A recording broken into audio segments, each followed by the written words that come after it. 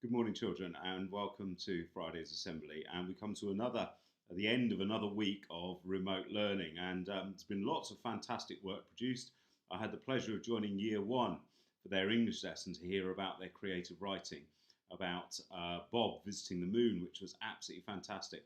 Lots of photographs have been sent in as work as well, which is lovely. So really well done, children. Keep up your efforts. And we also have a date now when we hope school will be able to resume. So we can't pin our hopes on that, but it's not that far off in the future. So today's assembly, I'd like to start today's assembly with a performance from Cece. Now Cece, amazingly, for somebody in year 3, has just passed her grade 4 exam. Now I'm not going to play you the whole piece because it's quite a long piece, but Cece has done a fantastic job, and that's a really amazing achievement, so congratulations to you. So let's enjoy some of Cece's performance.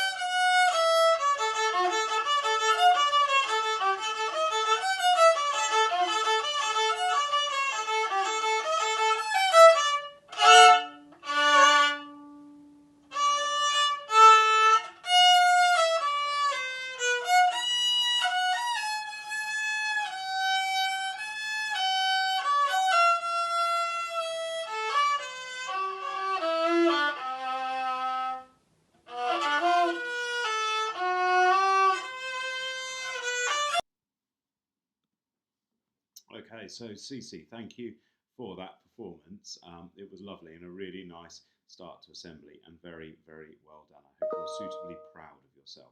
Now, in today's assembly, I was thinking about a theme, and obviously on Monday we talked about birds and the big bird watch, and I shared with you some of the common birds that hopefully you will see in your garden this weekend. And thank you for sending me the photographs, which I will upload to Instagram. Apologies if I haven't done it yet, but I will get them uploaded of you watching birds and finding birds in your garden and out in the park as well. So today I'm going to continue with that theme. Now I'd like you to just consider, to begin with, what would the world be like if we didn't have birds?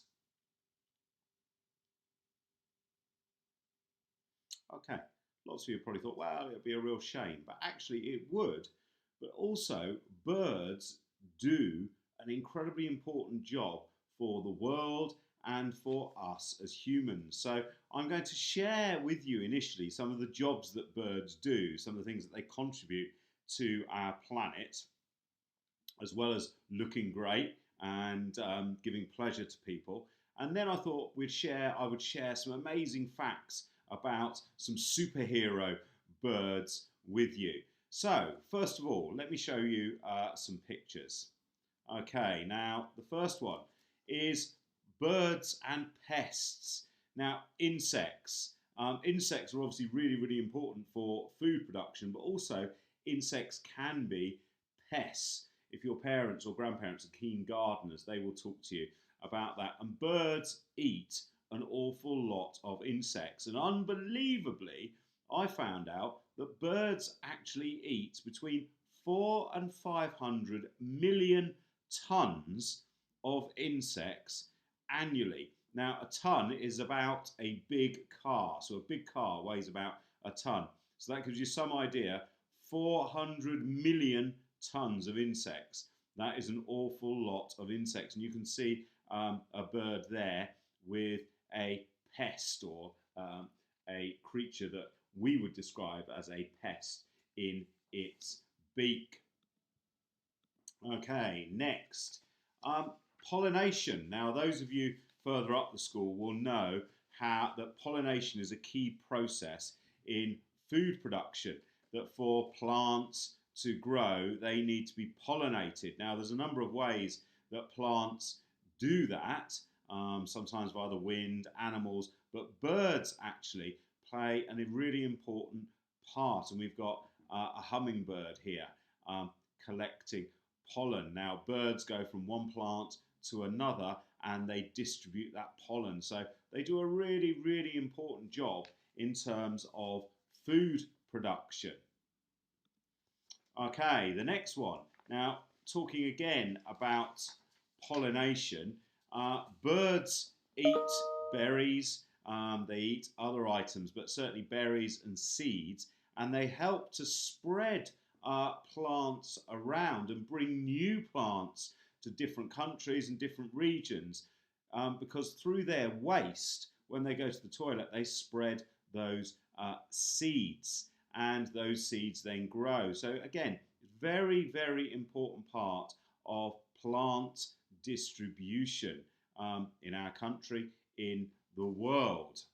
Okay, and you've got a picture there of a bird eating a seed. Okay, the next one is flight.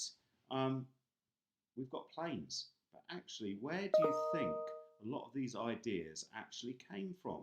And we've learnt a massive amount about birds. They've contributed a huge amount to science. So birds have helped us to learn new skills, to achieve new feats. That's something I hadn't really thought about previously. So birds are incredibly important. Now, I thought I would share with you some thoughts about bird superheroes or amazing facts.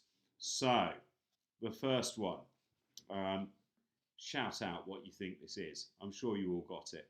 It's an ostrich. Now, the ostrich is the largest bird in the world. Now, it has pretty big wings, but it doesn't actually fly. But I'm going to share with you some facts about these birds. So, the ostrich can reach a height of up to 2.7 meters. So that is over, I suggest that's probably twice your height. So that is big, with a wingspan of up to 2 meters. So when it puts its wings out, its wings are taller than me, taller than your parents. Think about a meter, so it's 2 of those. So that is pretty impressive.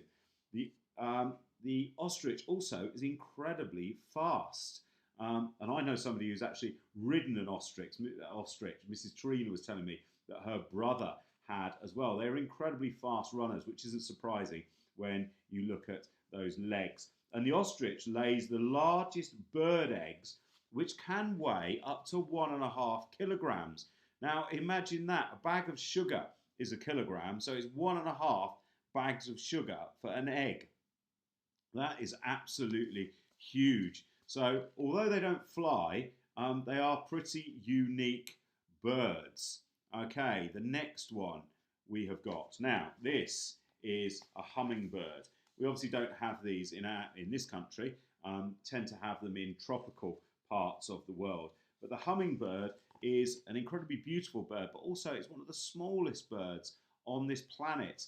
And just share some information with you. It measures 5.5 centimeters long. So have a look at your ruler. So 5 centimeters is about that. So it is really, really small. And it weighs no more than 1.9 grams. So 1.9 grams is virtually nothing. I would suggest to you probably a Smartie weighs about 1 gram. So they are incredibly small. And another fact about this bird is it lays the smallest eggs of any birds, and they are the size of a pea, a tiny pea. They're incredibly beautiful birds. And the wings of hummingbirds flap at an incredible speed when they are flying. So they're very special birds. Okay, the next one. See if you know what this one is. Okay, now this is a peregrine falcon. Let me just check I've got facts. Right, okay. So the peregrine falcon. Now these birds live actually in this country. They're birds of prey. If you look at their hooked beaks and the talons. Now, sadly, they've been hunted, or their eggs have been hunted, so their numbers have been hugely reduced. But if you go to Scotland and some parts of Wales, you can find peregrine falcons. Now, these birds are the fastest birds on the planet. And when hunting, and it dives down to capture its prey, the maximum speed ever recorded by a peregrine falcon was 242 miles an hour. Now, I'm sure lots of you are interested in cars. Okay, there's not many cars that go that fast. That is an unbelievable speed when it's in its downward dive to catch its prey. 242 miles per hour. Quite amazing birds, and beautiful as well. Okay, so the next one. Now, year 5. Year 5 are currently learning about Antarctica, and we talked about this bird the other day. Now, this is another huge bird. I think it's actually the biggest flying bird, and it's an albatross. And albatrosses are amazing birds. They have a weight between 6 and 12 kilograms. So a big male can be the weight of 12 kilograms. So that's 12 bags of sugar. And their wingspan is 3.1 to 3.5 meters. So basically 3.5 meters is nearly 2 of me. So if you had me stood on my head again, that is the size of their wingspan, which is absolutely huge. Now, they do live in Antarctica, but they travel all over the world. Now, amazingly, an albatross can travel 950 kilometers in a day. So that's about 700 miles. So they can travel 700 miles in a day, and they can fly at speeds of 30 miles an hour. So think about when you're driving down the road. That is the speed that an albatross can fly at. So basically, an albatross could fly from here right down to the south of France or northern Spain in a day, which is just unbelievable. You think you get on a plane, it takes you a long time to do that. Okay, and actually, in 10 to 20 days, they can fly 10,000 kilometers. So that's about 7,500 miles. So in 10 days, between 10 and 20 days, they can fly vast different distances, 7,500 miles. And one of the other amazing things about an albatross is that it can actually sleep when it's flying. An albatross's wings are so streamlined. We were talking about learning from birds, about flight. Their wings are so streamlined, they don't actually flap their wings when they're flying. They lock their wings and they kind of glide. And actually, they go to sleep when they're flying about 25 miles an hour, which is quite unique. So children, I hope that you found this interesting, and I just wanted to highlight to you really that birds are not just lovely creatures that we may look at in our gardens. They actually contribute an awful lot to the world, and I thought I'd also share some facts about some quite rare or special, unique birds. Not birds that we see in our gardens, but birds that are found all around the world. Okay, so before we end assembly, I've got an apology to Year 6 because I forgot to read out your merits the other day, merits and head teachers awards. Mr. Wayhill sent them to me, and amongst the many emails I get, I lost them. So my apologies, but I will do them now. So these awards are for extended writing. The children had to write a diary entry as Shane. And talking to Mr. Wayhill, I know he was very pleased with your work. So merit marks for Nancy, Olivia, Alicia, Isla, Zara, Anam, Isha and Dino. And head teachers awards for Bethany, Poppy, Naomi, Mitzna and Kaife. So very well done to you. And again, apologies to Mr. Staggs and these children because I missed these ones as well. So Mr. Staggs has said we have head teachers awards for Nancy in Year 6 for her science, for her homework on classifying living things using the Linnaean system. Nancy far exceeded all expectations, creating an interesting, well-written and presented, in-depth piece of work, including a quiz for me to complete. And Mr. Staggs has said he did not gain full marks. I certainly think I would not gain full marks as well. So very well done to you, Nancy. And we've got Isabella Timms in year 1 for her ICT work. For her work on instructions, Isabella rocketed past the challenge of completing the first 3 levels of Lego Logo, managing to progress through 10 levels, each of which required increasingly complex coding to complete. This is further than any other pupil has managed. Wow, so very well done to you, Isabella. And then we've got Kiri for her ICT. So for her beautiful, carefully drawn pictures using simulated media, and that's the year 2 topic of simulations for this term. And then in year 1, we have Anushri for her excellent progress in coding with Lego Logo. So very well done to those children and the people in year 6 who have got Head Teachers Awards and merit. So can you please join me in giving them a round of applause? Okay, very well done. Well, I hope you've enjoyed making your bird feeders if you've had a go at doing that. I hope you found Mrs. Callan's video helpful.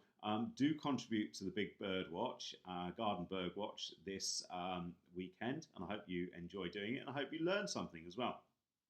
I look forward to receiving more pictures, and we look forward to receiving your results. So have a really nice weekend, children. I know we've still got the restrictions in place, but I hope you find some interesting things to do, and I look forward to seeing you on Monday for another assembly. And well done for your achievements so far with remote learning. Okay, bye-bye.